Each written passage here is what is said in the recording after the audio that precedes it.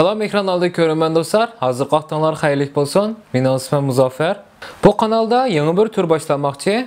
Her ayda en yaxşı bolğan, mənisi çonqur bolğan, təfəkkür və təsəvvür ixtidarımızı yuqur götürdiğən, göz qarşımızı kengaytdiğən və bizə bir narsa xatalaydigan kinolarni, köp qismliq filmlarni, hüccətlik filmlarni sizlərə tavsiyə qılmaqçı və düşündürüb verməkçi. Bu videomda sizlərə Qara Əynək, yəni Xijin degan filmni tunuşturmaqçı və tavsiyə qılmaqçı. Qara Əynək 2011-yili Angliyalik Charlie Brock icad qılğan müstəqil yürüşlük film. Bu film hazırlıca toplam 5 bölüm 22 qism çıxdı. Hər bir qismi oxşamaydigan personajlar və oxşamaydigan hekayələrini əks etdirib bergan. Birdən-bir oxşaş tərəfi olsa insonlik və texnologiya.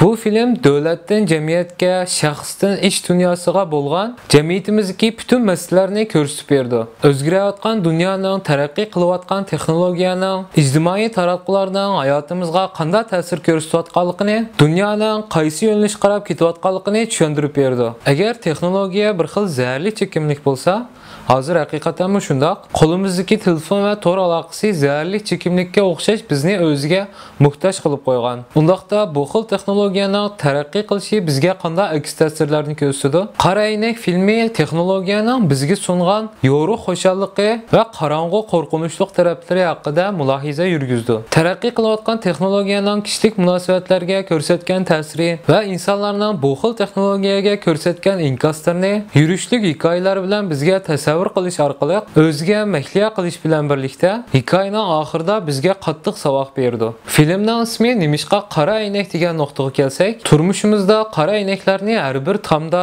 hər bir üstəldə, hər bir alqandan tapqılı buldu. Televizor, kompüter, telefon, ko'rsatkich qatorliq nurg'un o'chirayotgan vaqtimizda qara əynəkə o'xshash bizni sovuq və qorxunch his qildirdi. Bularning hammasi texnologiyalik mahsulotlar. Şu an filmning ijodkori Qara Əynək ismini eng muvofiq ko'rgan. Bu Qara Əynək filmi bizning hayotimizga əynək tutib berdi. Ammo bu əynəklər bizning qanchalik kelishgan yoki chiroyli ekanligimizni ko'rsatib bermaydi. İchimizdagi qorong'u taraflarni ko'rsatib berdi. Dunyodagi ba'zi guruhlarning va kuchlarning bizning vijdonimizni yo'qotish uchun, bizning tanlash va qarorlarimizni kontrol qilish uchun qanday usullarni qo'llanayotganligini farq etishimizga yordamchi bo'ldi. Undaq bo'lsa, sizlarga o'zim eng yoqtiradigan bir necha qismdan tunushtirish beray va o'zimning tushunchisini so'zlab beray. Qara Əynək 3-cü bölüm 1-ci qism. Hazır cəmiyyətimizdəki ictimai taratqı detallarını və bu detallarını işlətən insanlarını əks etdirib bergan.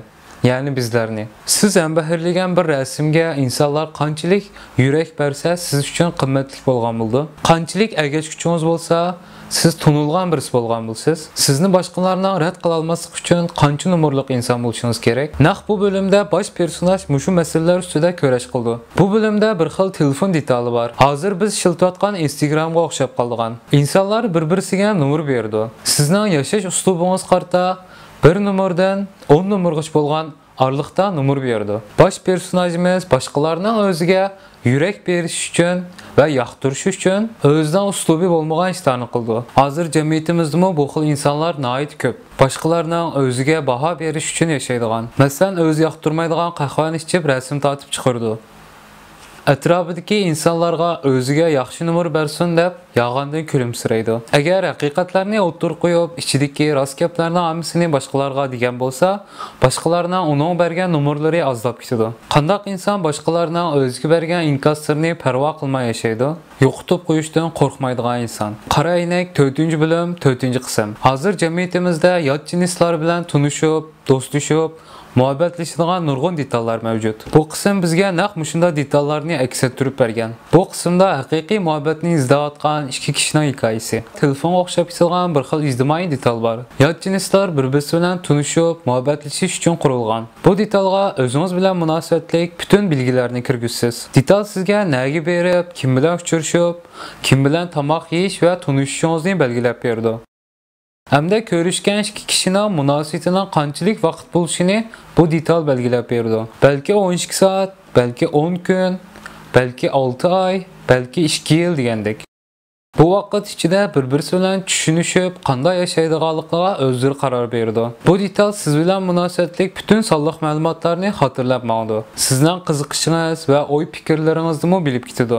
Sizga eng mos kelgan juftingizni tepib chiqishcha xotirlab maqdi ve to'xtamay yangi insonlar bilan uchrashtirdi. Bu qismda ikki oshiq mashhurning bu sistemaga qanday bosh ko'tarib chiqadiganligini, bir-birisi bilan birga bo'lish uchun qaysi yo'llarni besib o'tadiganligini ko'rib chiqing. 2018-yili chiqargan bir qismliq mustaqil filmi Bandersnatch hozirgacha tunji bo'lib ishlangan nihoyatda alohida bir film. Bu filmdagi hikoyalarning taraqqiyotiga va qanday davomlashishiga ko'rilmalar qaror berdi. Ya'ni siz qaror berasiz. Filmdeki baş personajdan attiganlik tamoqida qaysi tamoqni yeyishidan, hatto filmda qaysi xil muzikani anglashiga siz qaror berasiz. Kimni o'ltirib o'ltirmasligicha bo'lgan bütün tanlashlarni siz berasiz. Sizdan bergan tanlashlaringiz hikoyani butunlay o'zgartiradi. Ba'zi xato tanlashlarda hikoyaning oxirini davomlashtira olmay sizga qaytadan tanlash fursati berdi. Bu alohida filmini Tor televiziyasi bo'lgan Netflix'ten ko'ra olasiz. Bu filmni boshdan oxirigacha ko'rib bo'lishingiz balkim 1 saat vaqtingiz oldi, balkim 5 saat vaqtingiz oldi. Bu sizning filmdagi tanlashlaringizning natijasi. Mencha bu xil filmni ishlab chiqarishning sababi insonlarni qiziqtirish va ko'rilmalarga boshqacha yangilik sunish. Insonlarning filmda bergan tanlashlarini xotirlab maqib, bularning ustida analiz ilib berib, ko'rilmalarning ra'yini sinash. Filmdagi tanlash natijalarini analiz qilib, insonlarning qolisidagi o'y-fikrlariga asosan keyingi yangi chiqarmoqchi bo'lgan filmlarda hal qilg'uch omil shaklida ishlatib, texmi kuchli va qiziqtiradigan ssenariyo yozib chiqish va ishlash. Qora aynak 3-bo'lim 5-qism. Bu qismda texnologiyaning urush bilan bo'lgan munosabati, insonning ichidagi qo'rquv, vijdon va haqiqatga bo'lgan ko'z qarashini texnologiya orqali ilib tashlab, bir guruhni yoki bir irqni yo'qotish jarayoni aks ettirilib bergan. Bu qismda askarlar bilan qurut deb ism berilgan jonivorlarning orasidagi urushni aks ettirib bergan.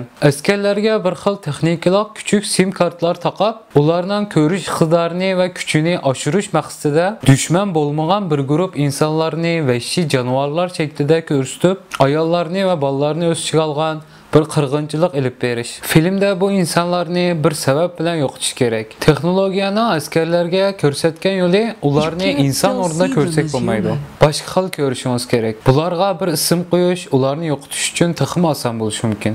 Ularni yo'qotish jarayonida bir askarning ko'zidagi parda ochilib ketadi. Hamma narsani rost va haqiqiy ko'rdi. Qurut deb ism qo'yilgan vahshiy jonivorlarning aslida begunoh insonlar ekanligini ko'rdi. Bu qismning ismi hozir ekranda ko'rganingizdek.